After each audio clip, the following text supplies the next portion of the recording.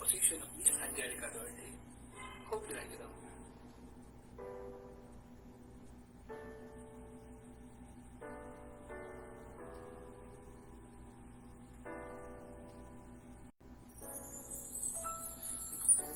Wala ka pa sa buhay ko, wala ka pa sa puso ko. Di ko pinapansin pag-ibig mo sa'kin, pag-ibig at biyaya mo hindi ko inaangkin. Nabuhay sa kasalanan ang puso ko, pag-ibig ko'y hindi ilan sa'yo. Mahina sa tukso ang pagkatao ko, pananalig ko sa iyo'y hindi siniseryoso.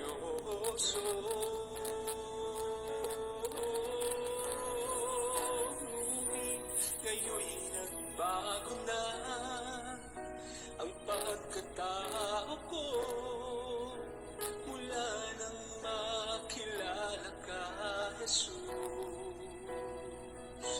Pananalig ko'y tumibay, buong tiwala ay binigay sa'yo lamang, Jesus. Pananalig ko,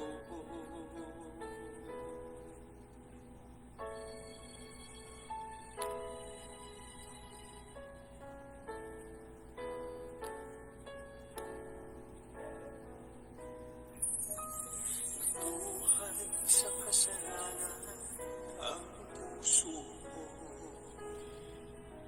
pag-ibig ko'y hindi ilan sa'yo.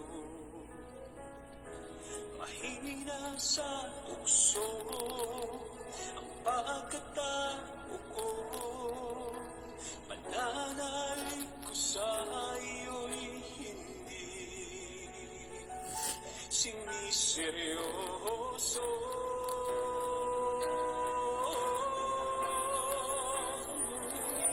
Ngayon'y nagbago na ang pagkatao ko, mula nang makilala ka, Jesus. Pananalig ko'y tumibay, buong tiwala ay binigay sa'yo lamang, Jesus.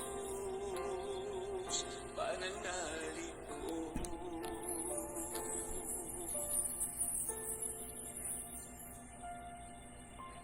sa'yo lamang,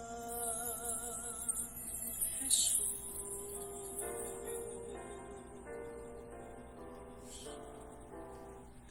Pananalig ko.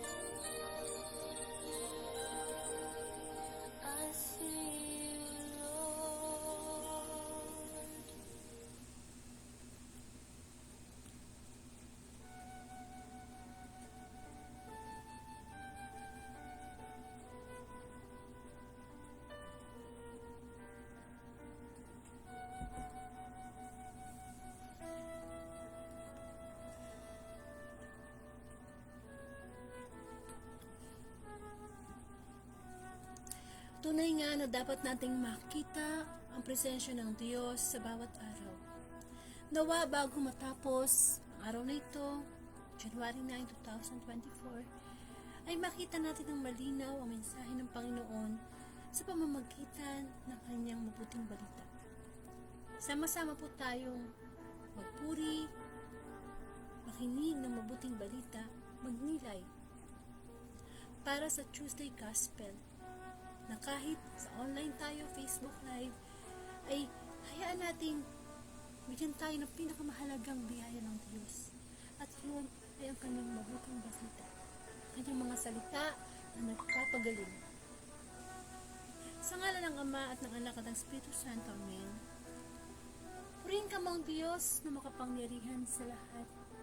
Muli, maraming salamat sapagkat ang pinakamahalagang biyaya mo ay muli mong inihahain online. Ang piging na kung saan ang iyong mga salita ang magsisilbing pagkain namin spiritual. Ama, kami lumalapit sa iyo na may kababaang loob. Humingi po tayo ng kapatawaran sa ating Diyos na mapagpatawad. Ama, muli ang abang lingkod ay lumalapit sa iyo. Naniligluhod, nakikiusap, na ako'y linisin at pagalingin sa aking mga karamdamang spiritual, sa aking mga kahinaan, sa aking mga kasalanan. Putid mo ang aking karumihan at naririto ako sa iyong presensya upang linisin mo po ang aking puso, ang aking isip. Panginoon, muli ang aking tinig ay gamitin mo lamang bilang instrumento ng iyong tinig upang lahat kami ay mabless at mapakinggan namin ang kagalingan na aming mga kahinaan sa pamamagitan ng iyong mabuting balita. Muli ang karunungan, ang discernment, ang mabungal ba ng Espiritu. Ang kababaan ng loob to proclaim your word. Not my word, you will be my word. Ikaw po ang bida sa Facebook live na ito, ang iyong mga salita. Come, Holy Spirit, we need you. Nananalig kami na kapag tungkol sa Diyos ang pinag-uusapan, naririto ang iyong presensya.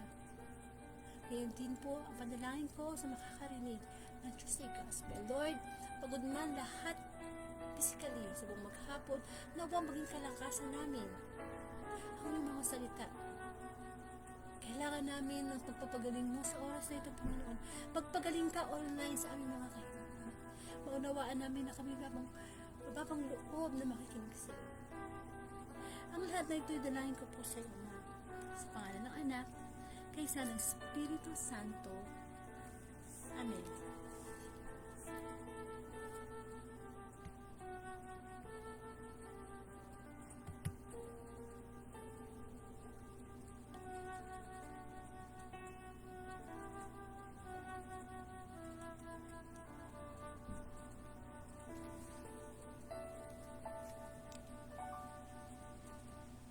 Mga kapatid kong minamahal kay Kristo, bigyan po natin ng parangal ang mabuting balita.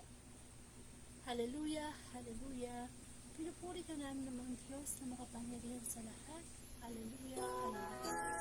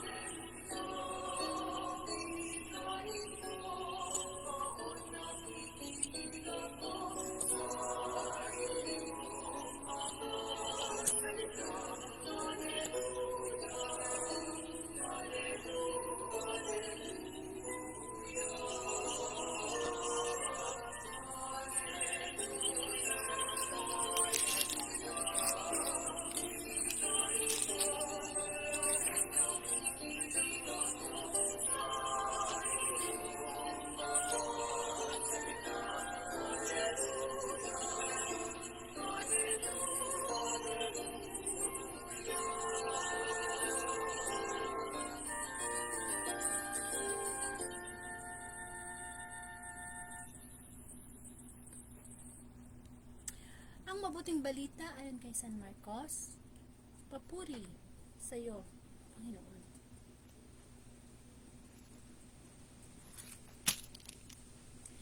A man with an evil spirit.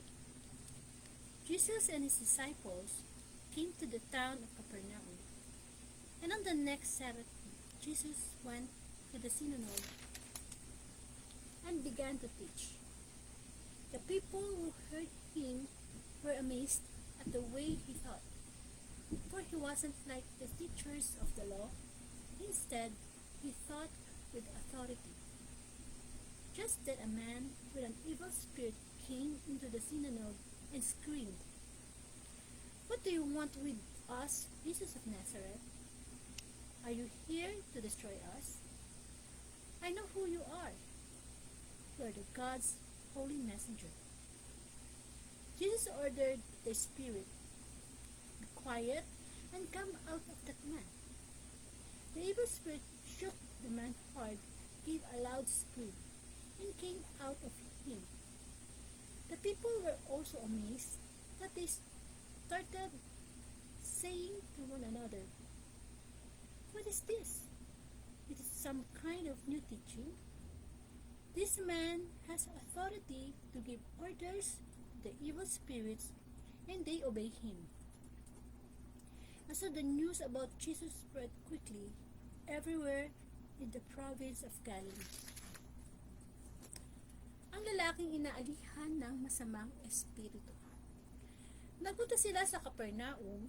Nang sumunod na araw ng pamamahinga, ay pumasok si Jesus sa sinagoga at nagturo. Namangha ang mga tao sapagkat nagturo siya sa kanila na parang isang may kapangyarihan at hindi tulad ng mga eskriba. Bigla namang pumasok sa sinagoga ang isang lalaking inaalihan ng masamang espiritu at sumigaw, "Anong pakialam mo sa amin, Jesus na taga Nazaret? Naparito ka ba upang puksain kami? Kilala kita. Ikaw ang banal na mula sa Diyos." Nung tinutos ni Jesus na sa masamang espiritu, "Tumahimik ka, lumabas ka sa kanya." Pinapangisay ng masamang espiritu ang tao at sumisigaw na lumabas.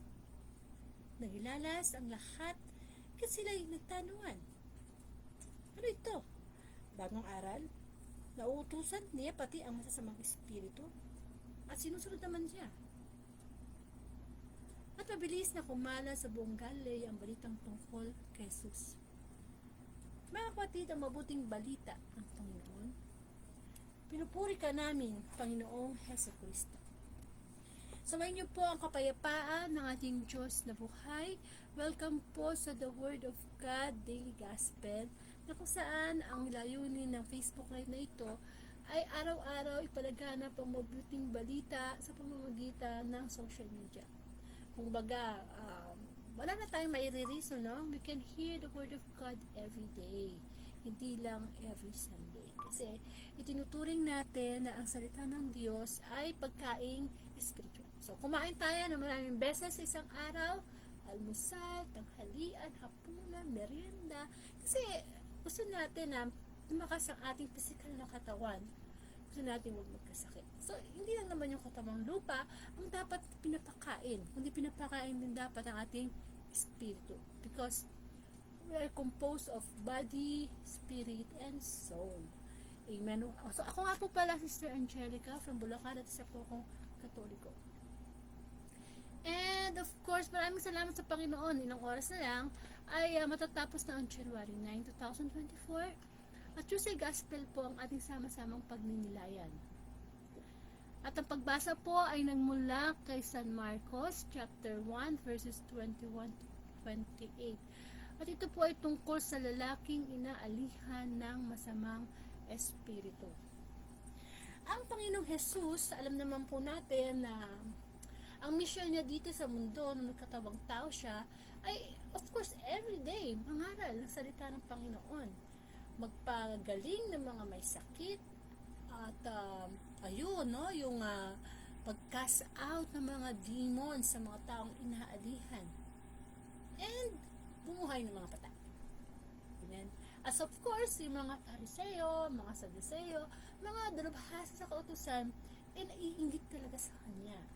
Sapagkat maybe mga ito may authority sila to proclaim the word of God. Meron silang kaalaman sa salita ng Diyos, pero ang problema, hindi mo makikita sa kanila, sa buhay nila. Yung authority na yun ay ginagamit nila to glorify God. Unlike Jesus Christ, nangangaral siya ng salita ng Diyos, may papagaling siya, nasa kanya yung otoridad. Na kasi, bukod sa sinasabi niya, nakikita sa kanyang buhay yung authority na ginagamit niya to invite the people na lumapit sa Diyos, magsisi, maglingkod. Kasi itong mga Pariseyo na to, they cannot yung bang magbuhay na patay, hindi nila kaya yun eh. Hindi nila kaya mag-cast out ng demonyo. Hindi nila kayang yung bulag makakita, yung may makarin, hindi nila kaya yun. Unlike Jesus, talagang naging matunog yung kanyang pangalan dahil sa mga himala na ginawa niya. Okay? So, isa sa mga himala na ginawa ni Jesucristo ay yung magpa-cast out siya ng demonyo sa isang tao. Alam naman po natin na kapag ang tao ay inaalihan ng demonyo, nag-iiba po yung kanyang itsura.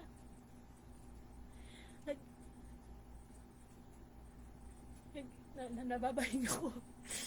Gusto po ngayon kasi ang sipon at saka ang ubo, no? Siguro meron din tayong sipon at ubo, no? And of course, yun kasi sinasabi ng mabuting balita na ang Panginoong Jesus ay nagpapagaling ng mga ganong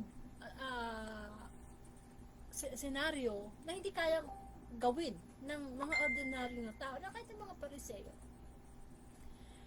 At ang tao na inaalihan ng demonyo ay nag-iiba yung itsura, nanlilisik yung mata, nag-iiba yung boses, lumalaki, sumisigaw. Yung iba, diba, no? Yung mga napapanood natin sa pelikula, lumulutang sa hangin, o kaya gumagapang sa kisame. Malakas, no? Malakas yung tao, no? Kahit halimbawa nasa piyan ay bata, babae, lumalakas sila. So, ganun natin nakikita yung mga pinopossess na tao. Pero hindi lang naman yun eh. Hindi lang naman yung actual possession. Tayo, everyday, bawat isa sa atin, ako, ikaw, mahal mo sa buhay, nakita mo kapitbahay, nasa labas kami, nakita kang tao na nag-aaway, lahat yun ay possible na inaalihan ng demonyo. Kasi once na gumagawa tayo ng ating mga kasalanan, ng ating mga kahinaan, tayo ay napopossess ng bad spirit. Kasi pag gumagawa tayo ng kabutihan, itinuturing ito na guided tayo ng Holy Spirit. Amen. Kaya nga pag gumagawa tayo ng kabutihan sa ating kapwa, hindi tayo yun. Dapat ginaglorify natin ang Diyos. Kasi hindi madaling gumawa ng kabutihan sa kapwa. Lalo na kung yung kapwang gagawa mo ng kabutihan ay hindi kabuti-buti, nagawa ng mabuti. But because nga, si Jesus Christ, nang siya'y namatay at muling nabuhay at umakit sa langit, nag-iwan siya ng patnubay. Yun nga yung banal na espiritu na magkagabay sa atin sa paggawa ng kabutihan. Ano ba yung mga bunga ng banal na espiritu? The love, the joy, the peace of mind, the self-control, the goodness, the kindness, self-control. Amen. Mahirap gawin niya kung yung nananahan sa ating espiritu ay hindi espiritu ng Diyos, kundi espiritu ng demonyo. Kaya nga diba, lahat tayo na po, kapag gumagawa tayo ng kasalanan, nag-iiba yung ating pagkatao. Pag nagagalit ka, nag-iiba yung pagkatao. Tumataas yung boses natin. Diba? Pagka nagagalit, no? Tumataas yung boses. Yung iba, nagmumura. Amen. Yung iba, nagiging malakas, violente. O pag nagagalit ka, napoposes ka ng ganong kasalanan. Yung iba talagang, hindi ba? Iba. Kumbaga, minsan may pinag-aralan ka, meron kang sa buhay, may kaya ka, pero minsan pag napoposes ka ng galit, which is ng demonyo ng galit, nawawala yung pinag-aralan mo. Yan yung mga nakikita natin usually sa mga social media. Yung mga nagkakaroon ng road rage, magkakasanggaan, lalabas yung isa, magmumura. Hindi ba? Ang ganda-ganda ng sasakyan niya, mukha siyang mayaman, pero pagbaba niya, ang lalabas sa kanyang bibig, puro mura. O so, napoposession ng demonyo. Amen. Hindi na natin kailangan lumutang sa hangin. Hindi na natin kailangan maging nanglilisik, namumula yung ating mga mata. Hindi na kailangan may sungay, at mayroon tayong buntot, may pangil ang tsura, mukhang demonyo, para sabihin na tayo ay napoposes. Amen. It's either the Holy Spirit or the bad spirit yung nasa sa atin eh. Amen.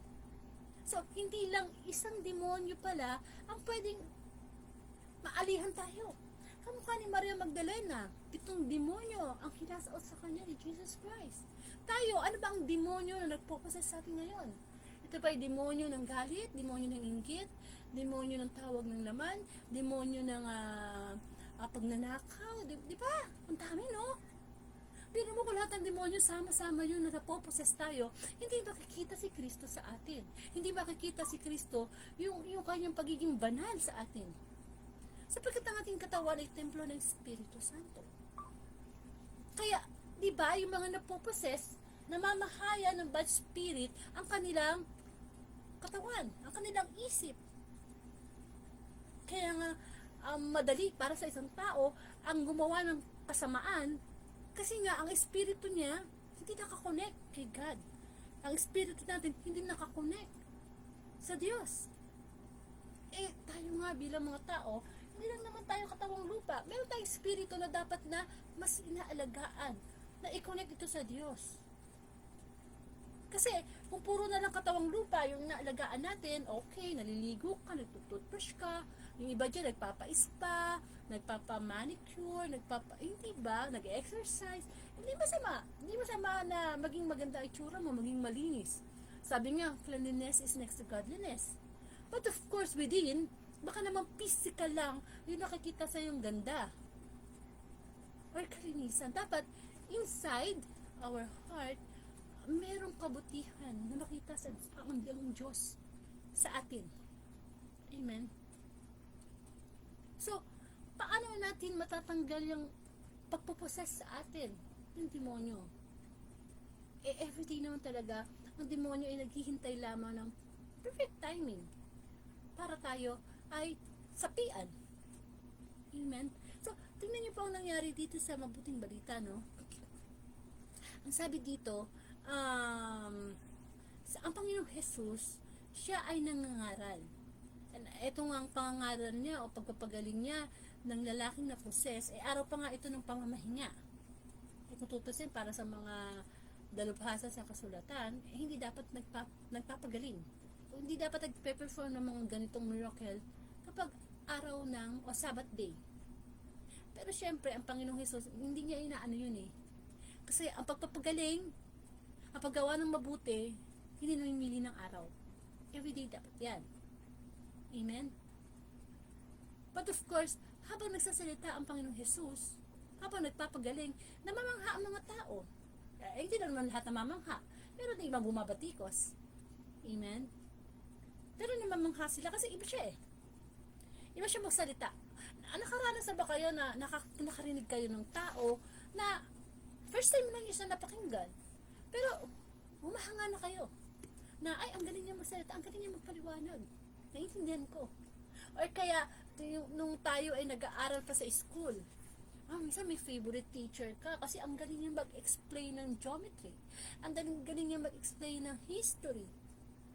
Amen. Meron siyang authority to do that. Kasi yun ang pinag-aralan niya eh. Di ba ang hirap naman magtanong sa isang attorney attorney, paano po ba magluto ng cake? O attorney, paano po ba gumawa ng building? O attorney, paano ba mag-opera ng tao nga may sakit sa puso? Hindi niya masasagot yun. Kasi he has no authority to do that. Kasi hindi man yun pinag-aralan niya. Amen. But of course, Jesus Christ, nasa kanya yung perfect example na isang mangangaral o na isang tinasawag nating sugo ng Diyos na talagang hindi ba, ginagamit niya yung kanyang pagkakatawang tao, at the same time, he was God, na Hindi ba? Yung lumalabas sa bibig niya is to glorify God. Talaga makikita mo na hindi na siya nagsasalita tungkol sa Diyos, kundi isinasa buhay niya yung salitang sinasabi niya. Amen. So, Jesus Christ, may authority siya. Unlike ng mga iskriba, unlike ng mga pariseyo, yes, they have the authority to talk about God's, kasi syempre kabisado nila, pinag-aralan nila yung kasulatan eh.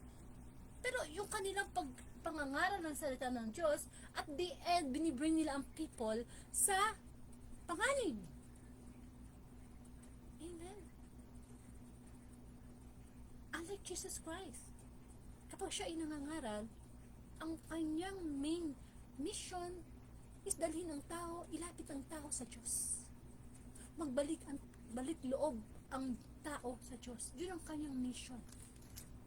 So, tayo, ano bang authority na pwede natin gamitin? As a people, as tao, no? Nanay, meron siyang authority sa kanyang anak. Tatay, teacher, may-ari ng isang kumpanya, meron siya, lahat tayo may authority, no? Binibigyan tayo ng authority, kaya natin ito ginagamit. And then, ginagamit ba natin to para sa Diyos? O yung authority na yun, minsan naabuso natin. Kasi ginagamit natin yung authority nito para makapi ng kapwa, para gumawa ng masama. Amen. At ang sabi pa po dito sa mabuting balita, habang nangangaral ang Panginoong Jesus, bigla na lang may pumasok na isang lalaki na pinoposes ng demonyo. No? Just imagine, no? Ang Panginoong Jesus, no? Nangangaral siya, tapos may papasok. Yung mga nanonood doon, maaaring matakot yun. Ikaw, halimbawa, ako, nakikinig ako halimbawa sa simbahan ng salita ng sermon ng pare.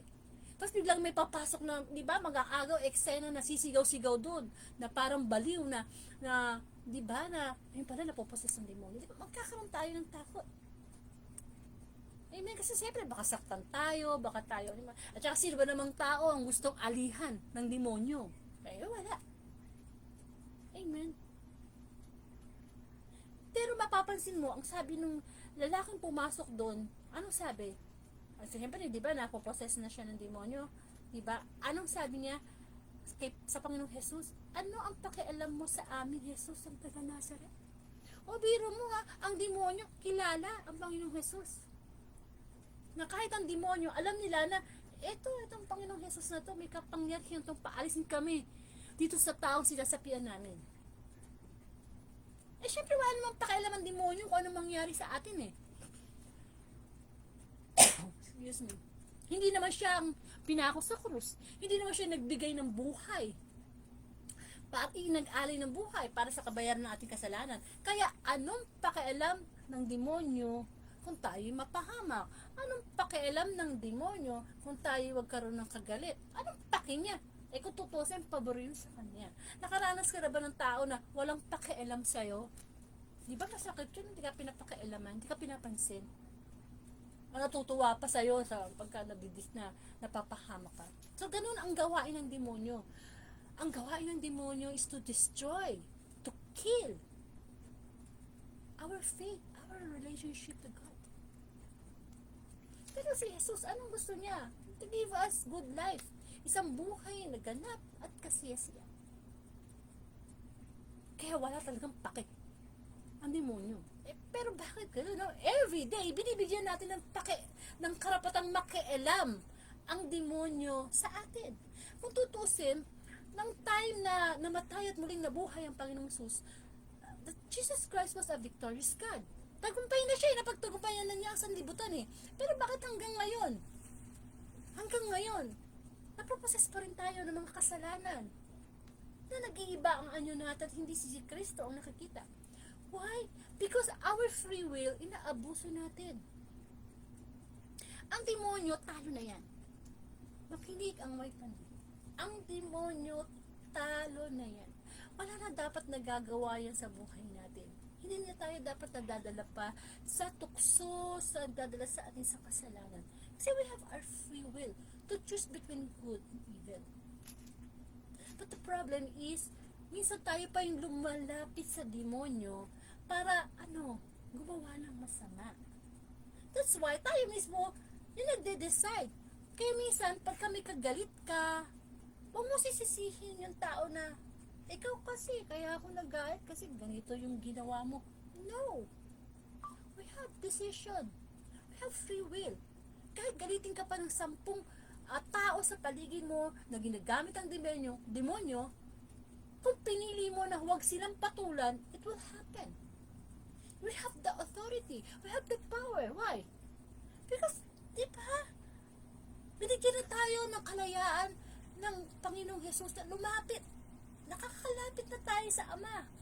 Dyan inggit na inggit ang demonyo eh. Kasi tayo makasalanan pero nakakalapit tayo sa Diyos, nakakahingi tayong tawad. Siya hindi niya magawa yun.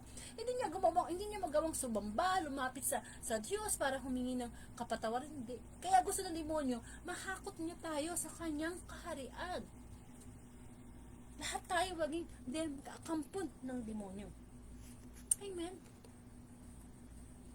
Kaya, kung ang demonyo, kilala niya ang Panginoong Hesus, kung ang demonyo, alam ang laman ng Bible from cover to cover, alam din ng demonyo kung ano yung mga kahinaan natin. Mahina to sa alak, mahina to sa sigarilyo, magagalitin to, ay mapasok nga to. Amen. At ano pang sabi ng demonyo? Nung sabihin niya kay Jesus na, anong pakialam mo sa amin? Naparito ka ba upang puksain kami? Amen. Natatakot kasi ang demonyo kapag tayo ay nakakarinig ng salita ng Diyos. Kamukha nito, nakikinig ka. Anong sabi ng demonyo? Ayan na ang salita ng Diyos. Ginagamit ang preacher, ginagamit ang pare. Natatakot sila kasi maulalaman natin ang katotohanan eh. At ang katotohanan na magpapalaya sa atin. Nasa ba ang katotohanan? Nasa salita ng Panginoon. At alam nila ng mga demonyo na mapupuksa sila. Amen. Kaya sino bang madalas lapitan ng demonyo? Yung mga taong lumalapit sa Diyos. Yung mga tao na malayo na sa Diyos, ayaw sa Diyos, walang relasyon sa Diyos, ayaw sumunod sa Diyos, barkada na yan. Barkada na yan ang demonyo. So, pupunta siya doon sa mga tao, teka muna. Nagsisimba to tuwing linggo. Teka muna, babasa ng Bible, mapubuksa ang aking gawaing masama sa loob-loob ng demonyo, di ba? At ano pa sabi ng demonyo sa Panginoong Jesus? Sabi ng demonyo, kilala kita. Di ba? Sabi ko sa inyo, kilala ng demonyo ang Panginoon. Ikaw ang banal na mula sa Diyos. Tayo, no? Hindi ba tayo talaga eksaktong demonyo? Pero, kilala ba talaga natin ang Panginoon? Or, kilala natin ang Panginoon pero, hanggang doon lang. Kilala lang. Parang kapitbahay mo. Kilala ko yan si Aling Maming, si Aling Inday. Ay, kilala ko yan. Ganito yan, ganyan. Pero hindi ganun klaseng pagkilala eh. Ang gusto ng Diyos. Kung ang demonyo, alam niya na ang Panginoong Hesus ang nagbuwis ng buhay, alam niya na ang banal na spirito ay matnubay, alam niya makapangyarihan ng Diyos. Tayo, pag may problema, alam ba natin, kilala ba natin ng Diyos? Alam ba natin may magagawa ang Diyos sa atin? Na may authority ang Diyos na, hindi ba, ipadama, ipakita sa atin na, andito ko. Kaya nga, di ba sabi ni Jesus Christ, come to me, all of you, who are tired. Halika, lumapit sa akin yung mga napapagod na, napapagal, at ipapapahingin ko kayo. Amen. Buti pa pala yung demonyo, no? Kilalang-kilala ang Panginoong Hesus, natatakot sa Panginoong Hesus. Amen. Tayo, kilala na natin Panginoon. Minsan, wala tayong takot sa paggawa ng masama. Kilala na natin Panginoong Hesus, no? At talaga, ang nilalapitan ng demonyo, ay yung mga naglilingkod sa Diyos. Yun talaga. Kung halimbawa, isa kang pare, isa kang preacher, isa kang leader sa isang ministry, kanta ka sa ministry, leader ka sa ganitong mga cell group o whatever, no? Madre ka. Iyan talaga ang lalapitan. Eh, hindi na ba nakakagtaka? Dahil lang nagkatawang tao ang Panginoong Yesus, di ba lagi nilalapitan ng demonyo? Ang Panginoong Yesus. Kaya nga di ba natukso siya sa ilang for 40 days and 40 nights? Pero hindi nagtagumpay ang demonyo sa pagtukso sa Panginoong Yesus. Bakit? Kasi laging may baon na bala ang Panginoong Yesus. Na lagi niya sinasabi, nasusulat. O sige nga, sabi ng demonyo, gawin mong tinapay ang mga bato. Anong sagot ng Panginoon? Nasusulat. Kasi, babad ang Panginoong Yesus sa salita ng Panginoon. Amen. Pero, anong sinagot ng Panginoong Yesus dito sa demonyo na sumanib dun sa lalaki? Ngunit, inuutos ni Jesus sa masamang espiritu. Tumahimik ka, lumabas ka sa kanya. Amen. Diba? Yan ang authority ni Jesus Christ. Pag nagka-cast out siya ng mga demons. Tahimik. Diba kasi maingay eh. Yan yung napapanood natin, ang ingay ng mga napoposis. Kung ano ng mga sinasabi, minumura. Sabi pa nga ng isang preacher, si Brother Jerry. Si Brother Jerry na dati, no? Next week, yan. Inibitahan ko kayong makinig ng Word of God kasi siya yung guest preacher ko ng Monday, Wednesday, tsaka Friday. Siya ay may authority na mag-cast out ng mga demons. Isa siyang exorcist. Ano tawag ba doon? Exorcist o exorcism? Basta, ano siya, para siyang assistant ng pare during ng nagka-cast out ng demonyo. Ang kwento nga niya, doon niya nakikita na yung tao nang napoposes na gumagapang sa kisame. Totoo pala yun, oh.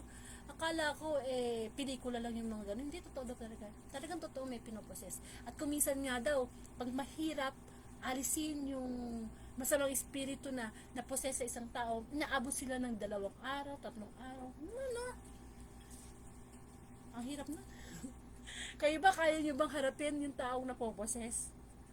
Yung titingnan ka pala, nanlilisik. At sabi pa ni brother, alam mo yung mga napoposes na yan, pag hindi malakas ang pananalig mo sa Diyos, sasabihin sa'yo nung napoposes, hoy, kilala kita. Alam ko yung mga masasama mong ginagawa. Bubukuhin ka pa raw ng demonyo kung ano yung mga kasalanan mo. Paano kung pari ka? Tapos sabihin ng demonyo, oy, father, alam ko, meron kang anak, no? Di ba, may pagkamarites pa pala ang mga demonyo, eh. Amen. Siyempre, kung kilala ng demonyo Panginoon, tayo pa kaya hindi nila makilala.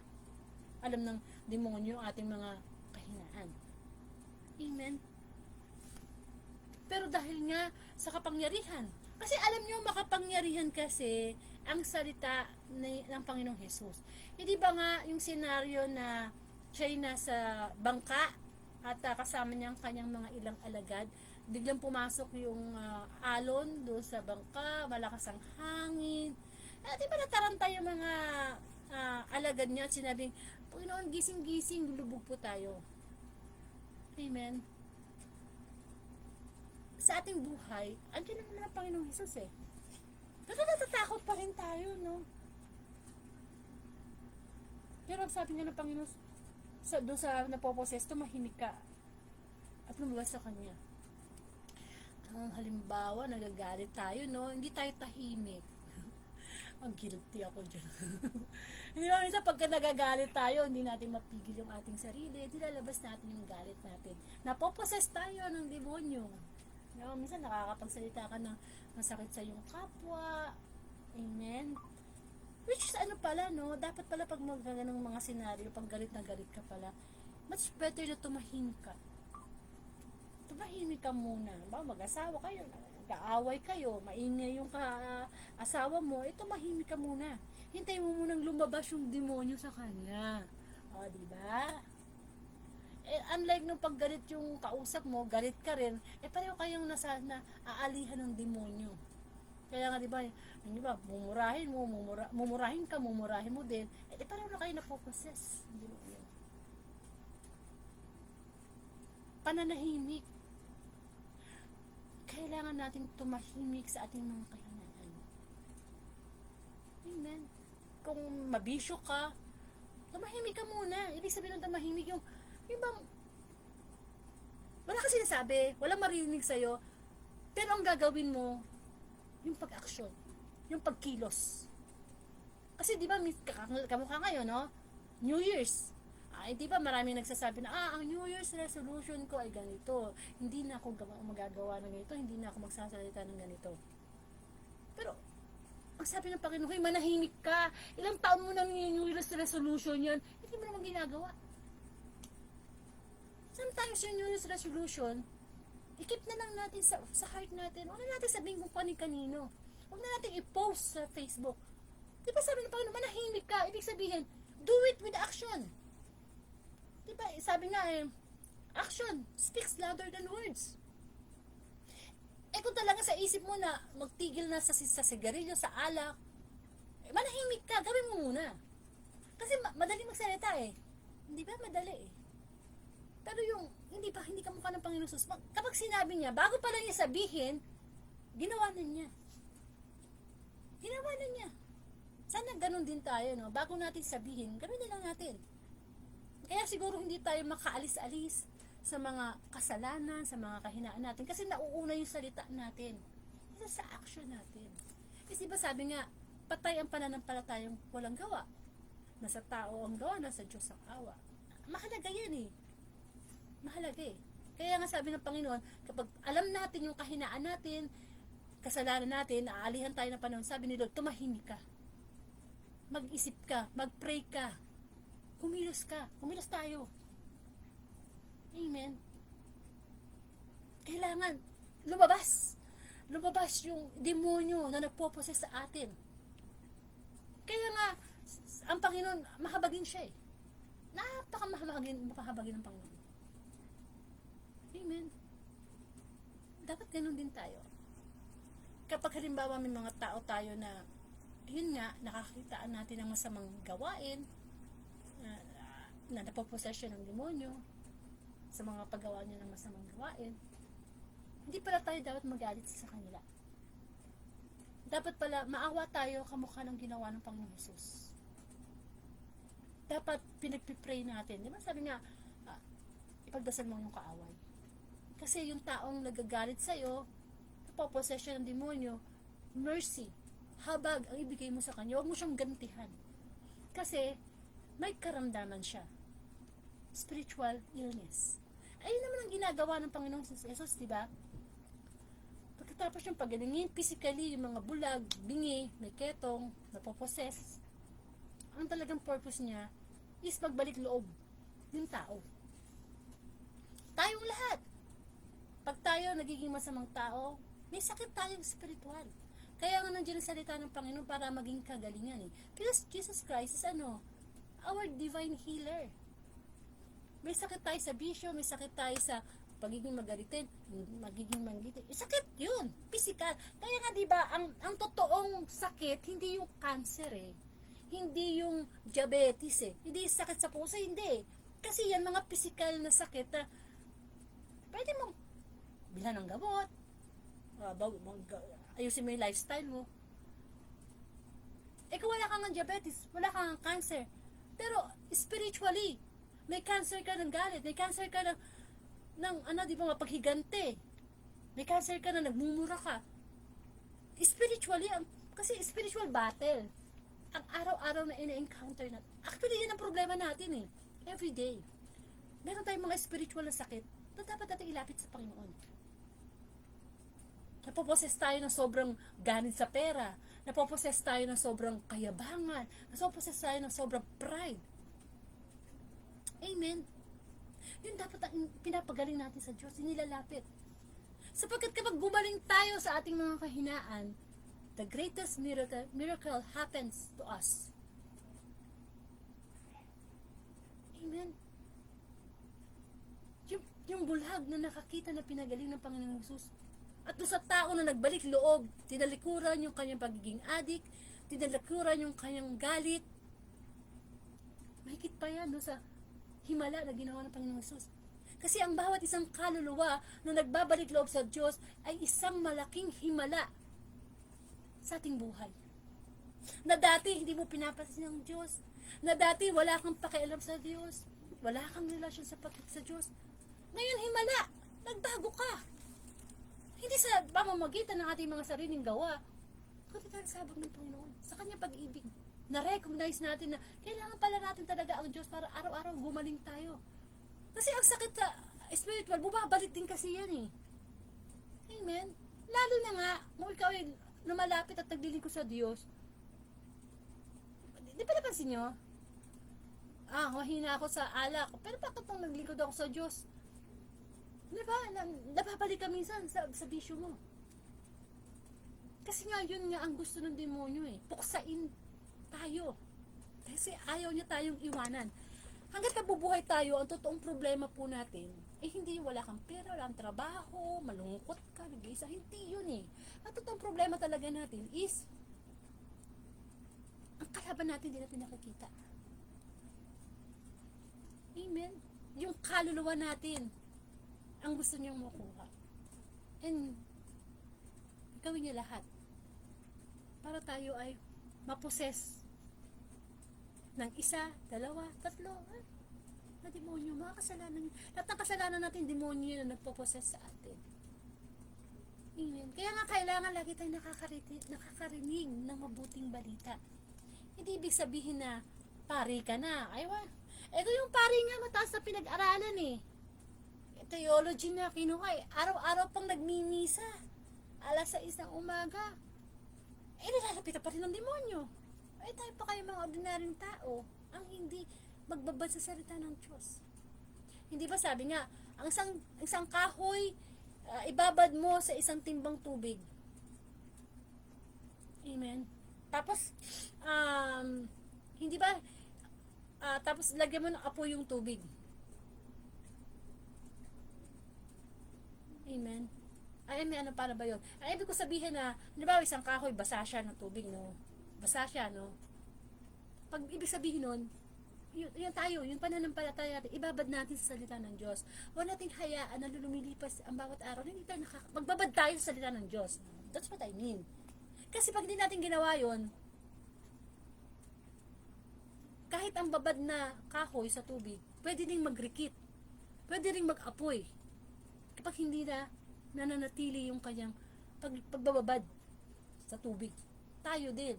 Kung babad tayo sa tanas, umalis tayo, papapasok tayo ng demonyo. Mag-aapoy tayo sa pagkakasala. Amen? Kung yung mga authority na nga eh. Mga pari na nga eh. Ayan na nga sila, no? Sabi natin banal ang pari. Hindi. Kasala din yan. Kaya tayo din, ganun. Huwag na nating hintayin na, di ba may mga tao na sa sobrang depression, sa sobrang lungkot, di ba nagpapakamatay? Sa palagay mo ba, pag nagpakamatay ka, nasa iyong Holy Spirit? Hindi, tinatakwil mo ang Holy Spirit. Kasi nga, our body is a temple of the Holy Spirit. But of course, we cannot judge those people na nag-suicide. Only God can judge. Ang ibig sabihin lang ng Panginoon is, huwag sana tayong papunta sa ganong sitwasyon na talagang losing hope. Amen. And of course, yung mercy, yung habag sa ating kapwa na napoposes ng kasalanan. Huwag tayo magalit sa kanya.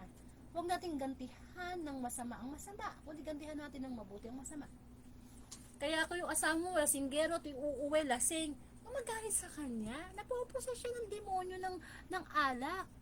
Ipagdasal mo, walang araw magbabago din yan. Amen.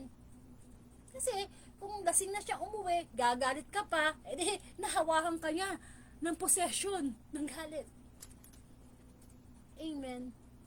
Our pride, yung pride natin, yan ang pinakamasasabi nating possession na mahirap, na laging gustong i-possess ng demonyo. Kasi, ang demonyo, ano siya full of pride.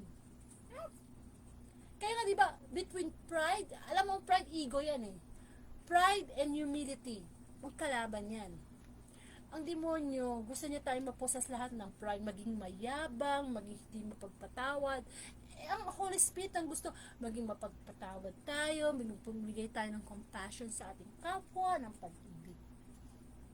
Yan ang battle natin sa mundong ito. na dapat natin mapagtagumpayan para tayo makapasok sa buhay na walang hanggan. Hindi kinakailangan ng pinag-aralan. Hindi kinakailangan ng kayamanan to fight the evil one, the evil spirit. Kailangan natin si Kristo. Kailangan natin ng Diyos. We should know our purpose in life. Kailangan alam natin bakit tayo. At tika muna. Ba't ako nagising ng January 9? Anong purpose ko sa araw na ito? Amen. Kaya nga ang mga alagad ng Panginoong Jesus, di ba binigyan niya ng power, ng authority to cast out demons? Tayo din. Tayo din. We can cast out demons sa ating asawa, anak, kapwa, by giving them the Word of God, by sharing them the Word of God. Diba? Na mukha ngayon, nakikinig ka, pwede mo i-share to sa group chat mo, pwede mo i-share sa timeline mo. Kasi itong salita ng Diyos, hindi lang dito sa Facebook Live, kundi sa mga YouTube, sa TikTok, itong salita ng Diyos na papakinggan natin. This is a spiritual medicine. Malay mo, nang ma-post mo, ma-share mo, pero parang nakikinig, na-depress na. Hindi ba? Nakapag-cast out ka ng demonyo. Kahit hindi ikaw yung nagsalita, na-share mo lang. Hindi ba? Kaya lang, minsan, ayaw talaga natin i-share ang salita ng Diyos. Bakit kaya? Ay ba natin mapagaling yung iba ng ating kapwa? Na pag tayo ay nagkaroon ng kagalingan sa ating mga kahinaan, mga kasalanan, di ba natin pwedeng i-show sa ating kapwa? Napakadali nang i-share ngayon ang salita ng Diyos. Amen. At anong sabi pa dito sa mabuting balita? Pinangisay ng masamang espiritu ang tao. Ayan. Talagang tayo. At lumabas yung demonyo. So nakita natin senaryo, no? Anong sinabi ng Panginoon sa tumahimik ka at lumabas, di ba, nangingisay. Siyempre, naano na siya eh. Naano siya ni Kristo eh. Nangisay, tapos lumabas. Sa atin, kaya ba tayo nangingisay? Na nakaramdaman natin na ay, umalis na yung demonyo sa buhay ko. Kaya wag mo tatawagin demonyo yung asawa mo, demonyo yung anak mo. Wag naman, no? Wala naman, ano yan. Alam nyo, ang mga tao, kahit tayong mga tao, kahit nagkakasala tayo, yung kasalanan lang talaga ang ayaw sa atin ng Diyos. Pero tayo mga makasalanan, love tayo ni Lord. Amen. Love tayo ng Panginoon. At of course, nung nakita yun ng mga tao na nakasaksi, sila'y nagilalas. At sabi, ano to, no? Anong nangyayari? Ano ba to? Bagong turo ba to? Amen. Kahit naman tayo makakita ng ganung himala talagang, wow. Tayo pang mga Katoliko, minsan makakita lang tayo ng mga sa puno na may mga image ni Jesus Christ, ni Mama Mary. Di ba madali tayo ma-attract? Lalo sa panahon na ito, ang daming turo. Through social media. Maraming mga content creator na nagko-content sila ng mga bagay na hindi naman mag-glorify si God.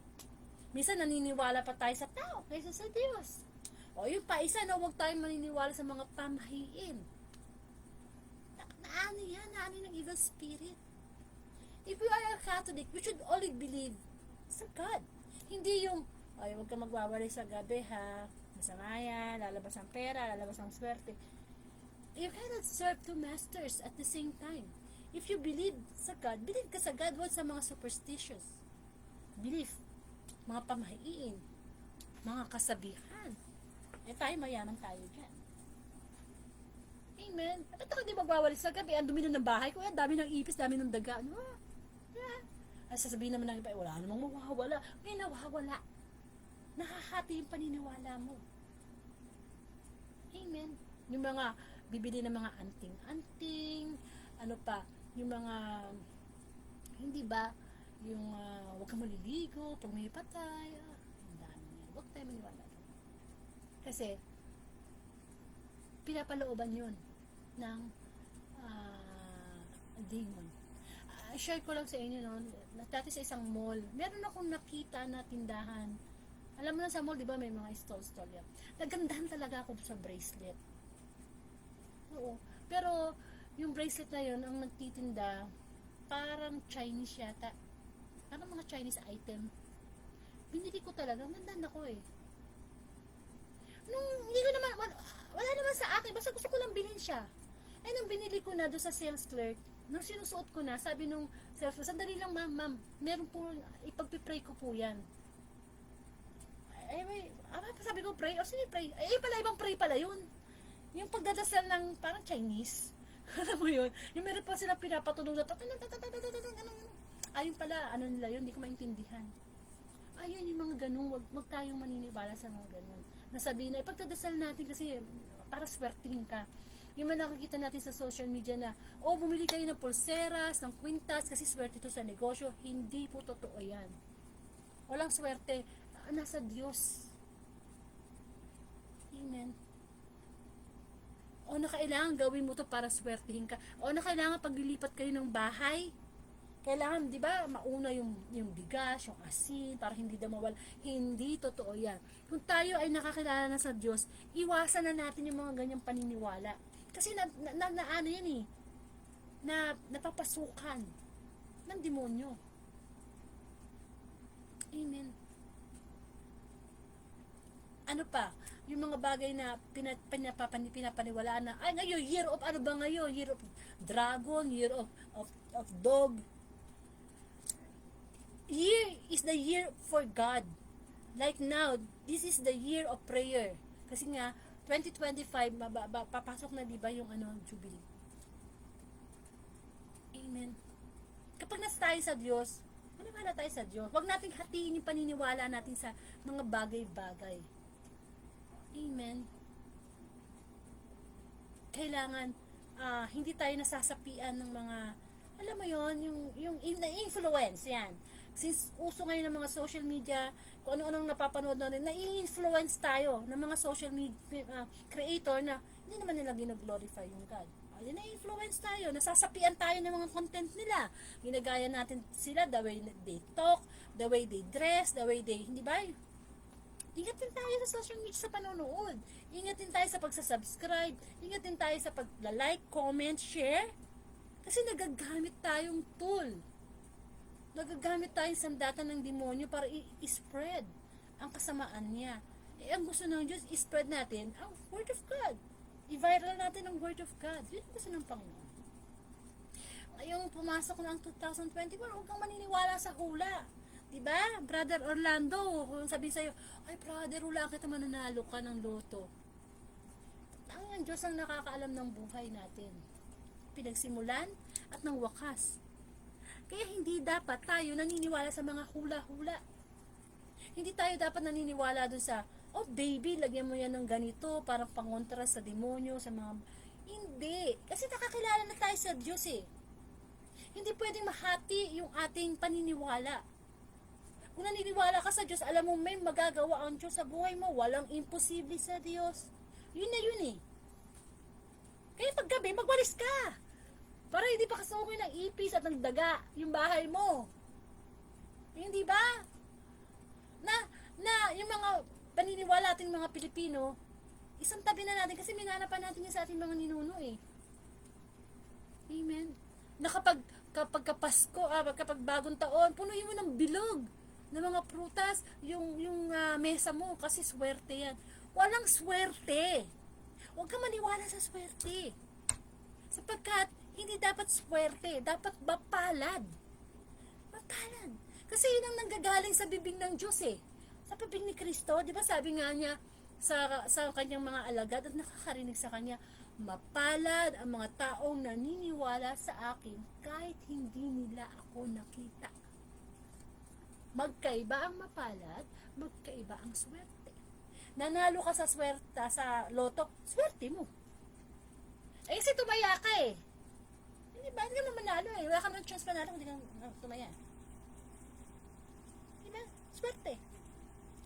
Pero ang gusto ng Diyos, hindi ka maswerte. Mapalad ka.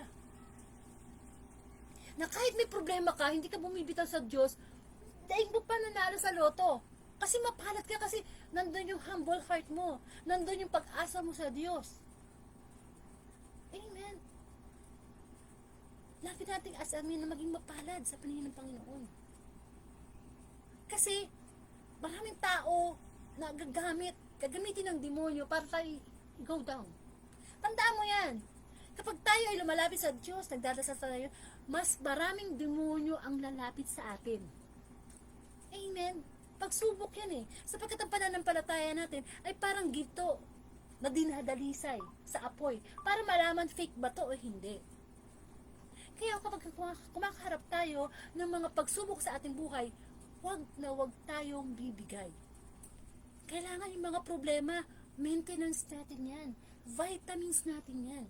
Matatapos lang ang problema pag 6 feet under the ground na tayo. Pero kung yung problema, sinusolve natin kasama ang Diyos, magiging panatag ang buhay natin. Lord, kung ito ba ay pagsubok sa akin, sige Lord, tatanggapin ko. Pero Lord, dagdagan mo yung faith ko, ha?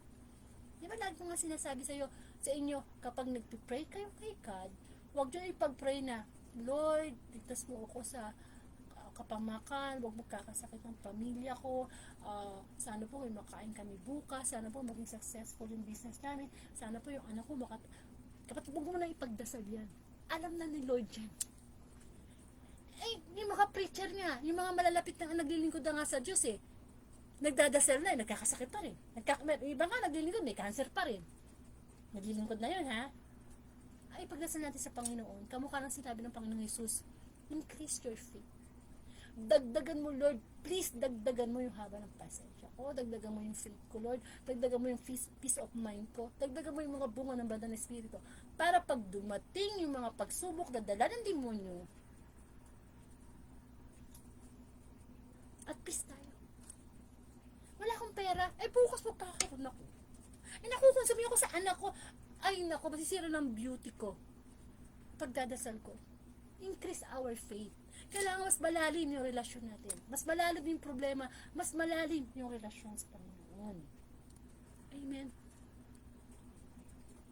Iwasan na natin magalit sa ating kapwa. Sapagkat dapat natin silang kawaan. Napoposes sila ng demonyo, kaya lasinggero yan. Kaya masama ugali niyan. Jesus nga awa siya sa mga ganun na poposes, sa mga masakit. Tayo pa kaya, ang hirap kasi natin, gusto natin tayo pinapatawad ng ating ng Diyos, pero pag nabigay na ng Diyos yung kapatawaran sa atin, ang hirap-hirap natin magpatawad sa ating kapwa. Amen. Lahat ng mga kapwa natin gumagawa ng masama sa atin, napoposes ng demonyo. Kasi lahat ng gumagawa ng kasalanan, napoposes ng demonyo. Amen. Tayo, ako, everyday napoposes tayo, maniwala ka. The way na we talk, the way we act. Kaya nga kailangan lagi tayo nakakarinig ng salita ng Panginoon para lumayas yung demonyo yan. Diba sinasabi natin, in Jesus' name. Amen. Nakapangyarihan ang salita ng Diyos. Kaya ano pa sabi dito sa mabuting balita? Nauutusan niya pati ang masasamang espiritu at sinusunod naman siya. Ganon ang authority ng Panginoong Jesus. Kaya niyang utusang umalis ang demonyo. Tayo, kaya ba natin? Yes. Kasi mismo sa atin may demonyo We can cast out any demons in ourselves sa atin. Kahit hindi muna sa kapwa Tayo mismo. Kaya natin pagalingin ang ating mga sarili na napoposes tayo sa demonyo ng ating mga kasalanan. But of course, through Jesus' name. Ang hirap umalis sa bisyo kung tayo mismo hindi natin ginagawa. Ang hirap alisin yung mga bagay na nakakapagdulot sa atin ng sakit. Meron ka ng high blood, kain ka pa ng kain ng taba. May diabetes ka na, kain pa ng matamis. May ganito ka ng sakit, yung kontra kinakain mo. That's demon. Amen. Because demon wants to destroy our physical health, our spiritual connection kay God. Amen. Kung alam natin dating masama sa ating katawan, iwasan na natin. Kasi demonyo yun And of course, ano bang technique ng demonyo? Our flesh. Ang ating katawang lupa. Mahina kasi ang katawan nating lupa Kasi nilikha tayo ng Diyos na likas na makasalanan. Kaya diba si Eva, diba nagtukso siya sa pinagbabawal na bunga? that was flesh. Masarap. Matikman nga. Kasi sabi nung ahas, pag kinain ko to, magiging parang Diyos ako. Ganyan tayo. Amen. Kaya, each time na tayo kumakagat sa temptation ng demonyo, ibig sabihin, yung ating flesh, mahina. Amen. Natitigil lang tayo sa pagninigarilyo pag may lung cancer na tayo. It's too late. Sometimes, bago pa natin gawin ang isang bagay na makakasama sa atin, we know the consequences. Pero why natin tinutuloy? Because yun ang desire natin. Nakakapagpasaya yun ng ating katawang lupa, ng ating mind. Na nagsisigarilyo tayo because, pag nagsigarilyo ako, nagkakaroon ako ng tinatawag na nare-relax yung muscle ko. Di ba sabi nila ganon? Pero, alam naman natin ng demonyo, nagmumukhang anghel yan. Sumasapi yan sa sigarilyo, sa alak, nagmumukhang, hello, hit-hitin mo ko, uminom ka, magsugal ka, pumatay ka, mag-chismis ka. In a form of an angel, yung ganung demonyo, kaya in a form of tupa, para masiro tayo. Hindi naman haharap sa'yo ang demonyo na mukhang demonyo hindi. Ang mukhang anghel yun. Para, di ba, ma-attract tayo. Kaya sana, itong mabuting balita na ito tungkol sa ang lalaki inaalihan ng espiritu, masamang espiritu, tayo yun. Tayo yun. Actually, ang gospel na ito, sa ating lahat. Kasi alam natin ano ba yung kahinaan natin. Mahina ba tayo sa pagkain na bawal? Mahina ba tayo sa mga bisyo? Mahina ba tayo sa maging magagalitin? Yan ang demonyo na pumuposes sa atin na kailangan lumaya na tayo. Ang paglaya, alam niyo kung anong susi para lumaya tayo sa mga possession ng ating mga kasalanan? Our obedience to God. Our love to God. Alam mo yung mahal mo isang tao and you will do everything. Mahal na mahal mo yung anak mo kahit buhay mo bibigay mo. Ganun dapat. Higit pa dun. Na Lord, sige, iwasan ko na itong masasamang pagkain na ito. Kasi pinahiram mo na sa akin yung katawan na ito. I don't want to destroy it.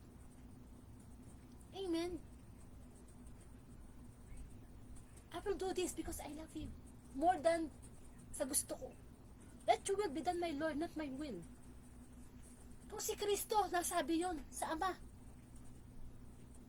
Diba? Lagi kayo na-example yan. Nagdadasal siya sa Garden of Gethsemane. Thinking na malapit na siyang parusahan, dakpin, alipustahin, paluin, ipako sa krus.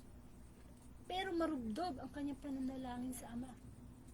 Ayaw niyang pasukin siya ng demonyo, matalo. Ayaw niya. Ano sabi niya? Namamawis na siya ng dugo, no? Father, not my will, but your will be done. Siguro ganun tayo lagi, no? Lord, mahina ako sa ganito eh. But let your will be done. Hindi na baling hindi ko makain, yung bawal sa akin. Hindi na baling hindi ako magalit. Basta yun ang gusto mo. Yung bang nabubuhay tayo sa bawat araw na ito yung gusto, Lord. Ito yung gusto niya. Yung bang isinasatabi mo yung gusto mo. Kasi lahat naman ng bagay na gusto natin, pansamantala lang yan eh. Panandaliang kaligayahan lang yan eh. Kaya nga talaga target sa atin ng demonyo is possess tayo sa flesh. Alam ng demonyo kung ano ang kahinaan natin. Kaya dapat pinapalakas natin yung spirituality natin. Mas mataas dapat yung spiritual natin. Kasi kapag mas malakas yung spiritual life mo, madadala niya yung physical life mo eh. Pero kung mas malakas yung physical life mo sa paggawa ng masama, madadala din yan ng spiritual mo. Hihina din. Amen. Nanawa, itong gospel na ito, bago tayo matulog, mag-pray tayo kay Lord. Isipin natin na, oo nga no Lord, no? Pag nagagalit ako, napoposes ako ng demonyo. Kapag gumagawa ako ng mga bagay na masama, napoposes ako ng demonyo. Ipag-pray natin kay God na, Lord, kaya itong mawala. Addict ako, Lord. Pero magiging wala ang pagka-addict ko. Wala yung addiction ko. Because of you. Because only God heals. Pero syempre kailangan natin ng God na cooperation natin. Hindi ba? Kahit yung doktor mo napakagaling, binabayaran mo ng professional fee. Mahal yung doktor mo, mahal yung hospital. Re-resetahan ka. Tapos, pinabibili sa'yo 30 capsules, bibili mo ng 15. O kung bumili ka ng 30 capsules, di mo naman iinumin lahat kasi nang gumaling ka na, nakakadalawang puka pa lang. Ganon din ang pagpapagaling ng Panginoong Jesus. Andiyan na yung salita niya, nakahain na. Wala nang inilihim ang Panginoon, nandiyan na. Tayo na ang nagkukulang. Kaya tayo patuloy na nagkakasakit spiritually. Kasi siya ang divine healer. May panahon pa. May panahon pa. Discipline ourselves through the guidance of God. Always say and think that I will do this to honor God because my body is a temple of the Holy Spirit. Pinahiram lang ito. Hindi atin to. Kaya sana pagka sa araw ng paghuhusga, maiharap natin sa Panginoon na, Lord, naalagaan ko po ito sa tulong mo. Amen. Sa mundong ito na fast technology, lahat ng pagkain may chemical, lahat ng bagay na instant na pagkain. O, di ba? Sa TV lang matutokso ka eh. Minsan nananahimik ka sa bahay niyo, nakapanood ka ng masarap na ice cream. Maya-maya bibili ka na ng ice cream. Kasi yan talaga ang target ng Diablo. Yung ating emotions, yung ating mga kahinaan bilang isang tao, through flesh. That's why we have na mangibabaw sa atin ng Holy Spirit. Isang Holy Spirit na libre. Hindi mo na kailangan pumunta ng Mercury, pagbilan nga po ng peace of mind, pagbilan nga po ng self-control. Actually, self-control is one of the fruit of the Holy Spirit at dyan tayo lagi napapalpak. We have to pray for self-control kasi nalulus natin yung self-control natin pag yung gusto na natin eh. We have to focus our desire sa desire ni God. Kung anong gusto mo, God, yun din ang gusto ko. If you want to go to the right, I will go to the right. And if you want to go to the left, I will go to the left. Hindi yung pupunta si Lord sa right, pupunta tayo sa left. Wala talaga. Mababagsak talaga yung ating kaluluwa. Amen. Isa lang ang kaluluwa natin at nawa ibigay natin to glorify ka. Amen. Karoon po tayo ng closing prayer. Muli, Panginoon, maraming pong salamat sa pagpapaalala mo sa amin na ikaw ay isang Diyos na nagpapagaling. Hindi lamang po ng pisikal na katawan, higit sa lahat ng spiritual na aming mga kahinaan at kasalanan na ginagawa. Panginoon, tulungan mo po kami. Sapagkat wala po kaming magagawa kung wala ka. Batid mo sa puso namin ang aming mga kahinaan. Tawarin mo kami, Panginoon, kung inaabuso namin ang aming katawan. Ang katawan mong ininigay at inialay sa krus upang bayaran ang aming mga kasalanan. Tulungan mo kami, Panginoon, sa aming mga kahinaan. Nawa lagi namin maalala na sundin ang iyong kalooban at hindi ang aming kalooban.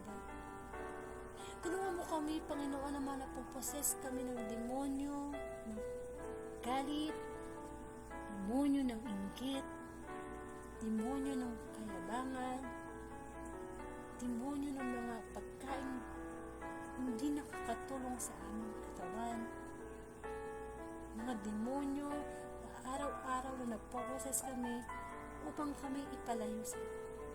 But Lord, please give us the Spirit, the Holy Spirit, and not the bad spirit, Lord. Opo, sa ganun, Panginoon, sa oras na ito ay magpagaling ka. Nakikita mo at nababatid mo ang aming mga kahinaan. Lord, pagalingin mo kami in Jesus' name. Pagod na kami sa aming mga kahinaan. Kailangan ka namin. Bigyan mo kami ng habag. Nagmamakaawa kami sa iyo. Tulungan mo kami.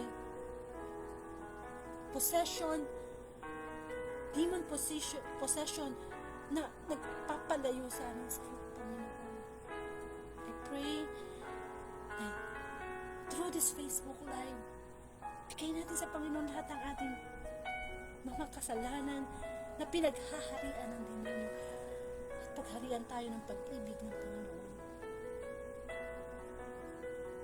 We should love God above all. We cannot serve God kung di natin kayang talikuran ang lahat sa ating buhay. God, ikaw ang aming kayamanan. Ikaw rin ang aming kagalingan.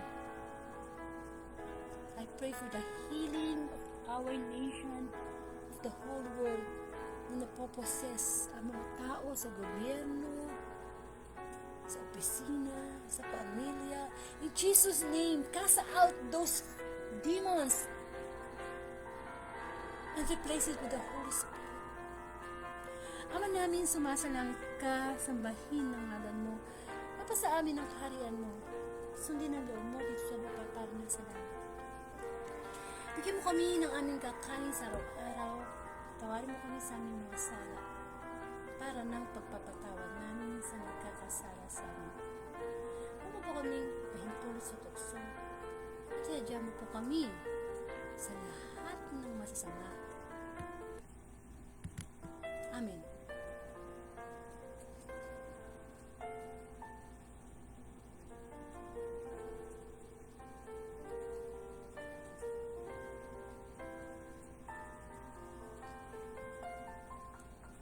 Amen. Maraming salamat sa Panginoon muli sa pagpapaalala mo sa amin ng mga demonyo nagpapasa sa amin kapag kami ay gumagawa ng kasalanan. Na ikaw ang aming Diyos ng kagalingan. At nawa, Panginoon, sa tulong ng iyong banal na Espiritu, ito ay aming makayanang labanan. Amen. So muli, kung hindi niyo po naumpisahan ang Tuesday Gospel, pwede po nyo kayo pumunta sa timeline ko at pakinggan muli. Pakishare na lang po sa inyong group chat, sa inyong pamilya, sa inyong timeline, diba? Kasi ang gospel ngayon is gospel ng kagalingan. Amen. And of course, sana punta rin kayo sa aking YouTube channel, Angelica Dorde. Pa-subscribe na lang po para in the future makapag-live po tayo sa YouTube. And ano pa? Ayun, kung lolobin ng Diyos na ibigay ang January 10, 2024, Wednesday Gospel naman po ang ating pagnilayan. Ang Word of God ay Monday to Saturday 6 p.m. at Sunday 6 a.m. So, depende na lang po. Minsan naiiba yung schedule. Depende rin po sa schedule ko. Or pagkaya merong guest preacher. So, kahapon nagkaroon tayo ng guest preacher si Brother Noel. At sa Friday, si Brother Francis. So, every week, magkakaroon naman tayo ng guest preacher para gamitin naman ng Diyos na sila naman ang mabigyan ng reflection. Kung wala naman yung mga guest preacher, nandito naman po niya ang ibang lingkod para gamitin ng Panginoon. Amen. Tandaan natin, ang Panginoon ay lagi nandiyan para sa atin. Okay? Because God is the God who healed us. I am the Lord, your healer. And I sent my word, and I healed your disease. I am the Lord, your healer. This is His word, His promise. I am the God that healeth thee. I am the Lord, your healer. And I sent my word, and I healed your disease. I am the Lord, your healer. Exodus 15, verse 26. God said, I am the God that healeth thee. And in Psalm 107, verse 20, He sent His word and healed our disease. The Bible says God's word will not return void, but it will accomplish the purpose for which it is sent. He sent His word and healed us. And nobody that is listening to me today would doubt if Jesus walked into your room and touched you. Nobody would doubt you'd be healed. And the same power is is in His Word. So we're going to put His Word on our lips today and sing it back to Him. You are the God that healeth me. And as we sing, let His healing come. God's Word and His name are more powerful than cancer, heart disease, any disease that you can name. And yes, He's more powerful than coronavirus. So Lord, we ask you to come. Touch us with your word today. Bring your healing as we put your word on our lips. Let your healing come. In Jesus' name. Let's sing it to Him. You are the God that healeth me. You are the Lord, my healer. You sent your word and you healed my disease. You are the Lord, my healer. Sing it. You are the God. You are the God, yes, that healeth me. You are the Lord, my healer. You sent your word.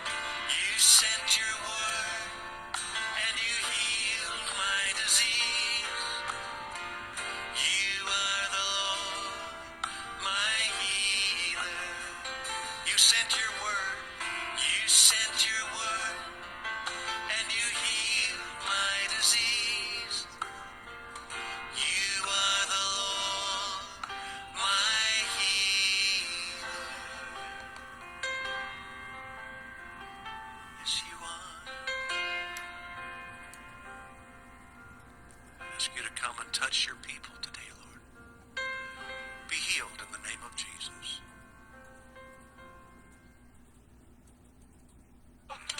Amen. So maraming pong salamat. And sana i-share niyo po tong gospel na to para matupad po natin yung Great Commission. Ito po yung utos ng Diyos mula sa Mateo chapter 29 verse 19. Kaya humayo kayo at gawin ninyong alagad ko ang lahat ng bansa. Bautismuhan ninyo sila sa ngalan ng Ama at ng Anak at ng Espiritu Santo. But of course, kasi pag-share natin ng gospel, kasi yan naman po yung reason kung bakit nagkatawang tao ang Panginoong Jesus, diba? Araw-araw nag-share siya ng gospel, no? Kasi kagalingan to Tayo din sana i-share natin sa timeline natin bilang pagpapasalamat sa araw na ito. Huwag natin kalimutang magdasal, magpasalamat, humingi ng tawad. At kapag nagising tayo sa panibagong umaga, January 10, 2024, ang una natin gawin, purihin at pasalamatan ang Panginoon. Maraming